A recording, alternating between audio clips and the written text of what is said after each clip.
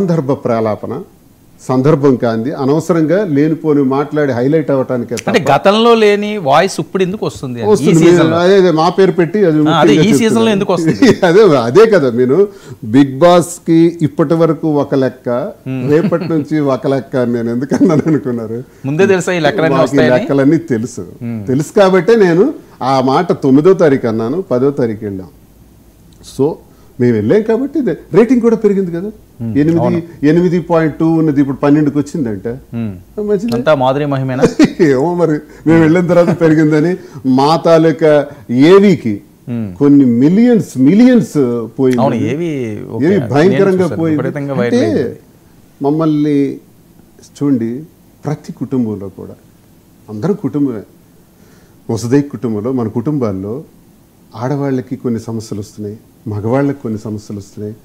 భార్యాభర్తల మధ్య కొన్ని సమస్యలు వస్తున్నాయి అన్నదమ్ముల మధ్య సమస్యలు వస్తున్నాయి అక్కచెల్లెల మధ్య సమస్యలు వస్తున్నాయి ప్రతి ఒక్కడు ఏదో ఒక సమస్యతో ఉన్నాడు ఆ సమస్య పరిష్కారం దిశలో కొంతమంది చంపుకుంటున్నారు హత్యలు చేసుకుంటున్నారు కొంతమంది ఉరేసుకుంటున్నారు ఆత్మహత్యలు చేసుకుంటున్నారు అదేది కాకుండా విధి వ్రాత అన్నది ఒకటి ఉంటుంది విధి వ్రాతను ఎవరూ తప్పించలేరు ఆ విధివ్రాతలో మనం అనుకున్నది ఒకటి జరుగుతుంది ఒకటి మ్యాన్ ప్రపోజెస్ గాడ్ డిస్పోజెస్ ఆ జరిగేటప్పుడు జీవితాన్ని ఎలా చక్కదిద్దుకోవాలి అనే దానిలో మా జీవితంలో మీరన్నట్టు ఒక ఫైర్ బ్రాండ్ లీడర్గా ఒక ఫెరోషియస్ పొలిటీషియన్గా ఎదిగిన నేను నా జీవితంలో ఒక చిన్న కుటుంబ సమస్య వచ్చేటప్పుడు ఆ కుటుంబ సమస్య పరంగా నాకు మాధురికి మేము ఒక డెసిషన్ తీసుకొని ఆ డెసిషన్ని ప్రజలే దేవుళ్ళని నమ్మి ప్రజలకి సాక్ష్యాధారాలతో సహా అబద్ధం చెప్పకుండా క్రిస్టల్ క్లియర్గా మేము చెప్పాం అందరూ ఏం చేస్తారంటే చొక్కా వేసేసి మచ్చలు దాసేస్తారు నేను చొక్కా ఇప్పి మచ్చలు చూపించాను ప్రతి ఒక్కడికి ఈ సమస్యలు ఉంటాయి ఈ సమస్యల్ని నేను ఎలా పరిష్కారం చేశానంటే కుటుంబ గొడవల్ని పరిష్కరించుకుని పిల్లలకి ఇబ్బంది రాకుండా చూసుకుంటూ మేము అనుకున్న నిర్ణయానికి మేము సమర్థించుకుంటూ ముందుకెళ్తూ ప్రజలకు ఆ విషయాన్ని చెప్పి ప్రజల మద్దతు పొందుతూ ఒకళ్ళని చంపకుండా మేము చచ్చిపోకుండా ఒక సరైన పద్ధతుల్లో వెళ్ళడాన్ని రోల్ మోడల్గా తీసుకున్న టీం కదండి ఇంత షార్ట్ పిల్లో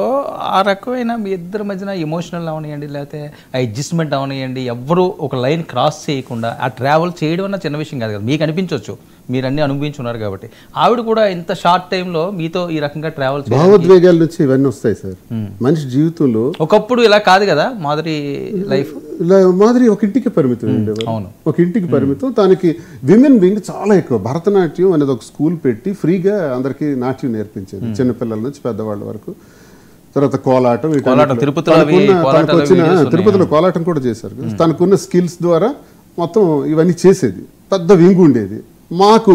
ఈమెకి మహిళా వింగ్ చాలా ఎక్కువ ఉంది ఓట్ బ్యాంక్ చాలా ఎక్కువ ఉంటుంది అని మేము మా స్వార్థం కోసం ఆమె రాజకీయాల్లో మేము తీసుకొచ్చాం మా కుటుంబం తీసుకురావడం హైదరాబాద్ పట్టుకొచ్చారు చాలా తప్పదు అలా తీసుకొచ్చిన